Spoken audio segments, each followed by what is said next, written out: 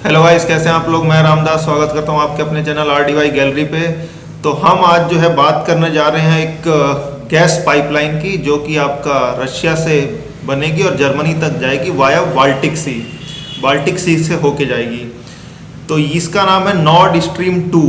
तो आप कहेंगे नॉर्ड स्ट्रीम 1 तो पहले बन चुकी होगी। जी हाँ, वो बन चुकी है 2010-11 के टाइम पे वो बन चुकी है। और ये है नॉर्ड स्ट्रीम 2। और ये बहुत ही ज़्यादा कंट्रोवर्सी में है। जब 1 बनी थी तो यूरोपियन, रशियन और यूएस के बीच में काफ़ी अच्छे संबंध थे, और अब जो है संबंध बहुत हद तक ख़राब हो चुके हैं। तो ये बहुत ज़्यादा कंट्रोवर्सी में है। यूरोपियन नेशंस जो हैं आपके, पोलैंड हो गया, लिथुआनिया, एस्टोनिया, ये सब जो है बहुत ज़्यादा जो है प्रेशर डाल रहे हैं जर्मनी के ऊपर कि ठीक है, आपको सस्ते में गैस मिल रही है तो आप बना रहे हो, बट आप जो है इसको लॉन्ग पर्सपेक्टिव से सोचो कि क्रीमिया जो है 2014 में जो एनेक्स किया था यूक्रेन से रशिया ने, अगर आपने उसको पावरफुल बनाया तो दोबारा कर सकता है। इस पे हम डिटेल में बात करेंगे। थोड़ा सा इसका जो है नॉर्ड स्ट्रीम पाइपलाइन के बारे में जो है पहले देख लेते हैं। जियोपॉलिटिकल एस्पेक्ट जो है हम थोड़ा सा रुक के देखेंगे इसी वीडियो में। तो इसमें आप बेसिकली देखिए कि G8 हुआ करता था 2014 से पहले। आपका G8 हुआ करता था। G7 जो कंट्रीज हैं वो G8 होती थी। तो क्रीमिया जब एनेक्स किया था रशिया ने यूक्रेन से, तो उसके बाद वो G7 हो गया, उसको निकाल दिया। तो नेचुरल गैस आने वाले टाइम में फ्यूचर है। इंडिया के अंदर भी एक जो है एक Tapi pipeline, Turkmenistan, Afghanistan, Pakistan, India बहुत टाइम से ख्यालों में है, बट ड्यू टू पाकिस्तान ये सक्सेस नहीं हो पाई, और अब तो बिल्कुल चांसेस इसके ख़त्म हैं। तो जर्मनी को अगर आप देखेंगे तो पावर हाउस ऑफ यूरोप कहा जाता है। वहाँ पे बहुत सारी इंडस्ट्रीज़ हैं और वहाँ पे बहुत सारे हाउस होल्ड में जो है पाइपलाइन घरों में जाती है। तो जर्मनी को जो है पावर हाउस ऑफ यूरोप कहा जाता है। तो उसको बहुत हद तक ज़रूरत है, सिटीजन्स को भी और इंडस्ट्रीज़ को भी। तो अगर आप देखेंगे तो बाल्टिक सी के थ्रू जो है उसी के साइड में नॉर्ड पाइप स्ट्रीम 1 के बगल में नॉर्ड 2 बन रही है। तो अगर आप देखेंगे तो अब तक 3 पाइपलाइन है। एक तो बाल्टिक सी नॉर्ड स्ट्रीम 1 जा रही है, उसके बाद एक यूक्रेन से जा रही है, एक बेलारूस से जा रही है। तो अगर ये पाइपलाइन बन गई तो जो यूक्रेन के थ्रू जो पाइपलाइन जा रही है वो निरस्त, बेकार, किसी काम की नहीं रहेगी। तो कुल मिला के जो है आपका यूक्रेन का जो है इम्पोर्टेंस यूरोप के अंदर ख़त्म हो जाएगा। तो फिर क्या होगा? फिर रशिया जो मर्जी वो करेगा।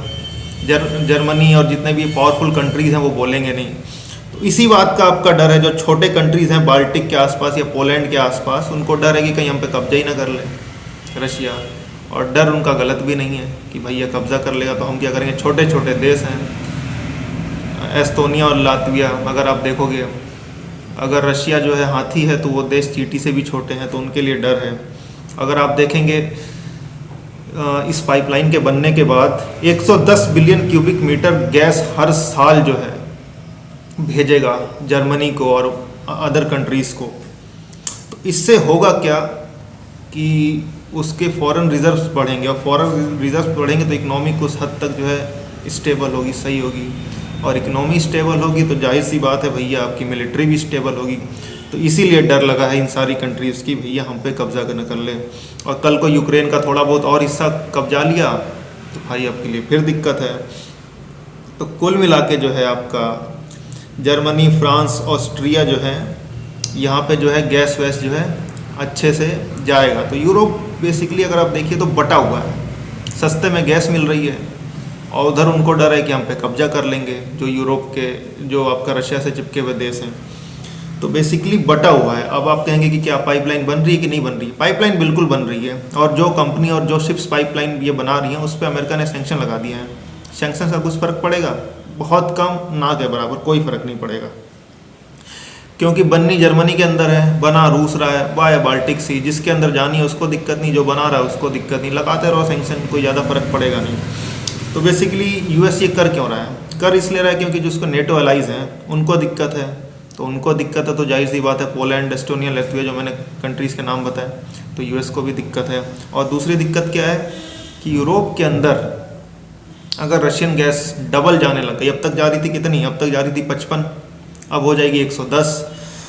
तो भैया जब 55 बिलियन क्यूबिक मीटर से 110 बिलियन क्यूबिक मीटर हो जाएगी तो उसका फॉरेन रिजर्व भी तो डबल होगा। जब फॉरेन रिजर्व डबल होगा तो भाई इकोनॉमी अच्छी, मिलिट्री अच्छी, जैसे कि मैंने बताया।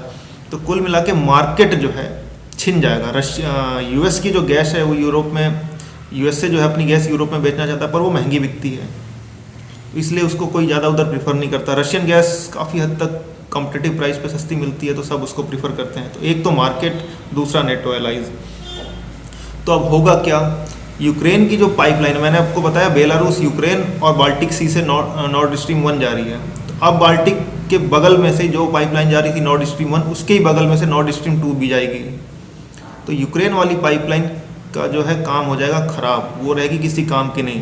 तो सॉरी, तो जब यूक्रेन वाली पाइप किसी काम की नहीं रहेगी तो यूक्रेन देश भी तो फिर भैया उसका इंटरेस्ट ख़त्म हो जाएगा, उसमें इंटरेस्ट ख़त्म हो जाएगा और देशों का। तो यूक्रेन की भी जो है आपका इम्पोर्टेंस ख़त्म हो जाएगी यूरोप में।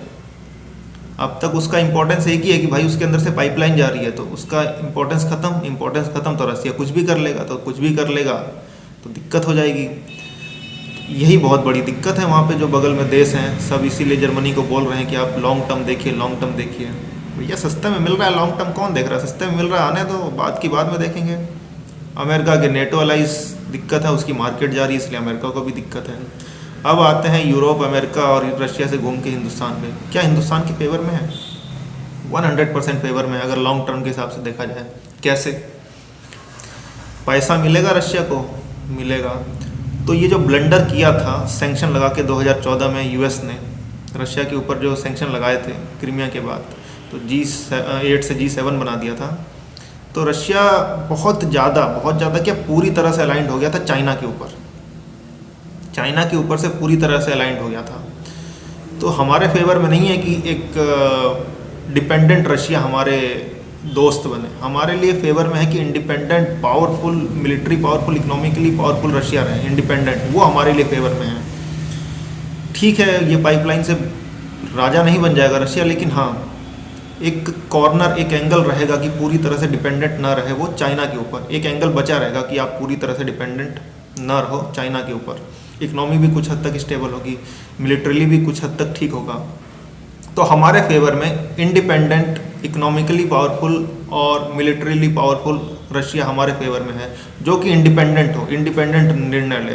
तो कुल मिला के ये पाइपलाइन बनने से हमारे लिए फेवर में रहेगा रशिया के और हमारे इंडियन रिलेशनशिप्स के बीच में, कि वो चाइना पे डिपेंडेंट ना हो। तो एट लास्ट ये पाइपलाइन बननी चाहिए और हमारे लिए ये फेवर में है। Thank you.